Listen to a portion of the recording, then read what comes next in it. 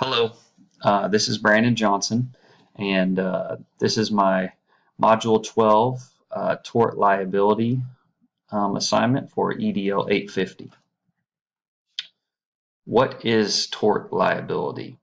So through the readings of the provided material and the observation of some of the videos, I've come to the conclusion that there are two types of tort. The first one is intentional tort, and this is basically an offense committed by an individual towards somebody with the intent to harm them, and the person understands that their actions may cause harm. Some common types of intentional tort that happen within the school setting are battery, which basically is harmful physical contact, and assault, which would be the fear of being injured.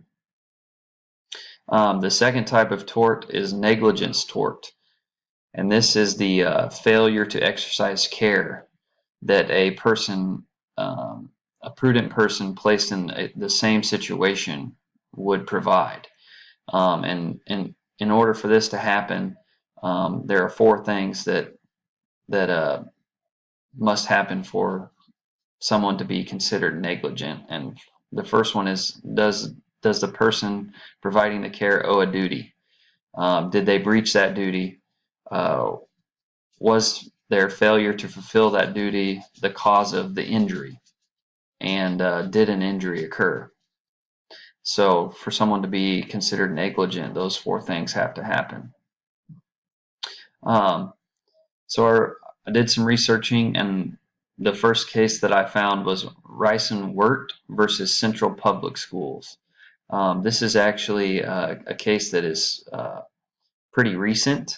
And in this case, there's two special needs students that reported being bullied in the locker room and on the bus. The parents are upset that the school was not contacted and made aware of the bullying incidents. The parents are upset with the supervision of the students, and especially in the locker room setting. That the students are claimed that they've been bullied in the locker room. Students were making fun of their private parts in the showers. They were even urinated on, and the parents are really just upset with how the school has handled the supervision of students within the locker room. So the reactive measures for this case, I would say, would be to discuss with the teachers proper procedures for locker room supervision, and discuss with teachers the severity of leaving students alone in the locker room. Some of my proactive measures after reading this case that I feel would need to take place would be to discuss with the students in the school the importance of reporting bullying issues to staff immediately, and make sure that students are aware that zero tolerance applies in bullying cases, that it's not going to be accepted whatsoever. Professional ethics in regard to this case would be to never leave students alone and try to monitor them to the best of your ability to make sure that they're in a safe atmosphere. The second case I reviewed was Mosley versus Portland Public School District. And in this case, two female students got in a fight at school, and one was severely injured by the other because they had a box cutter. And this resulted in some scarring, some permanent scarring. The student claims negligence on part of the school for the fight not being broken up by security officers, and the school won this case based on the number of security officers present within the school and no proof that school employees did not try to break up the fight. Some of my reactive measures as it pertains to this case would be possibly installing cameras in the hallways to help monitor supervision in the hall. And secondly, I would revisit staff supervision responsibilities to make sure that all staff members are in the correct spots in the hall during passing period or lunch or what have you. Just make sure that all areas of the school are being supervised. Some proactive measures would be to discuss with students about reporting issues to the correct people, possibly counseling office, administration, whatsoever, before they lead to physical altercations. If they feel threatened, make sure that they know possibly where they could go to get help.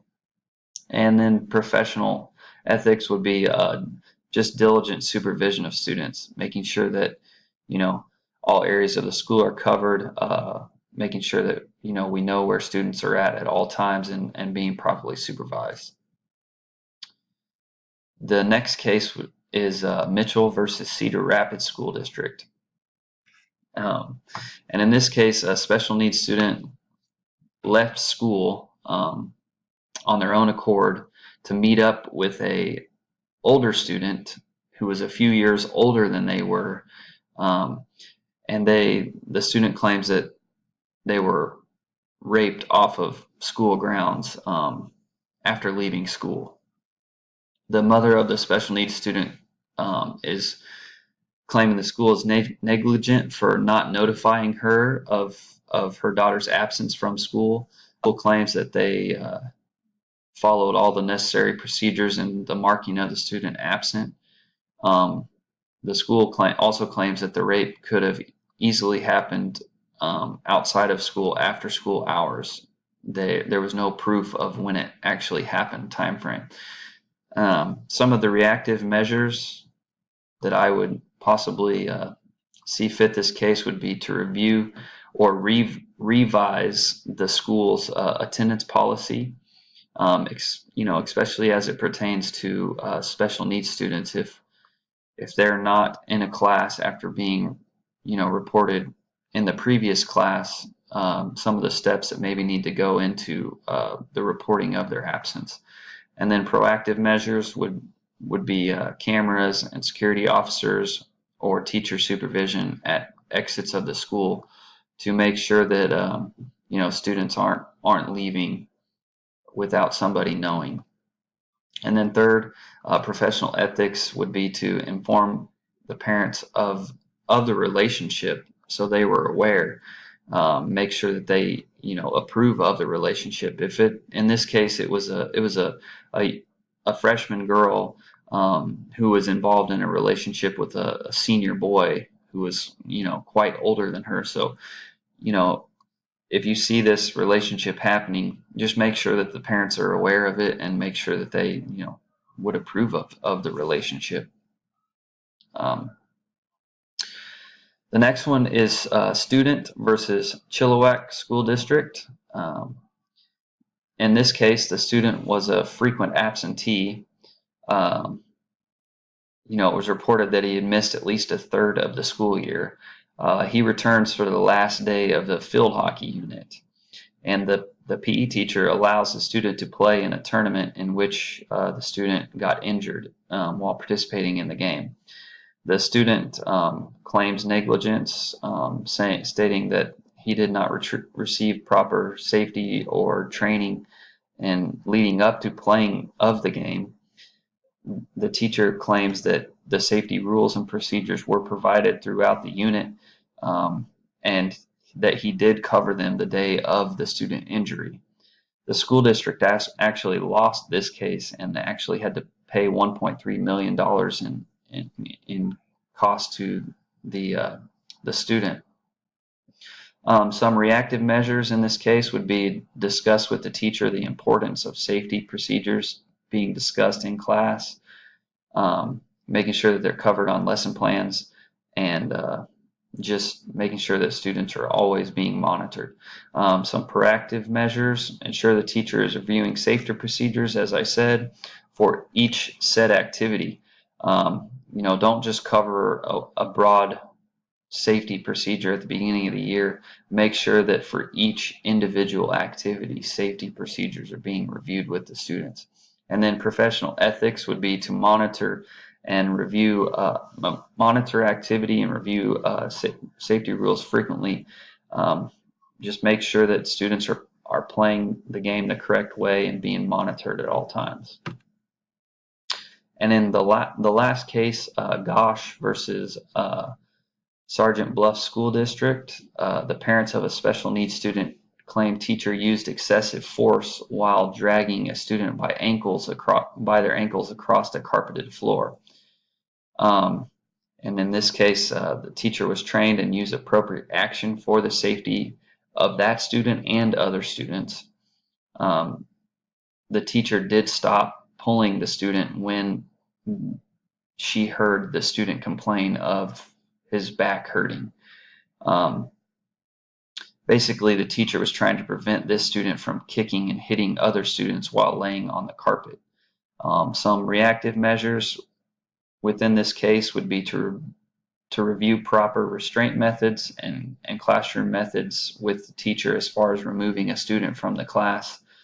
Some proactive measures would be make sure that para support is in place for all special education rooms so that the teacher does not feel overwhelmed, or, if they need to possibly walk that student down to the office or remove them from the classroom, that there's somebody there that could watch the rest of the kids.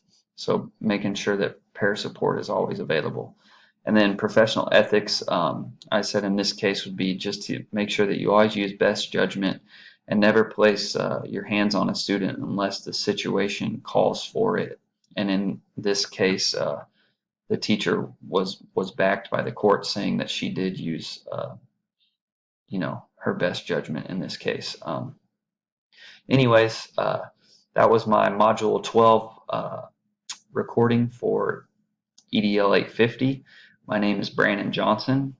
Thank you guys for watching, and I look forward to a finish of the school year. Thank you. Bye.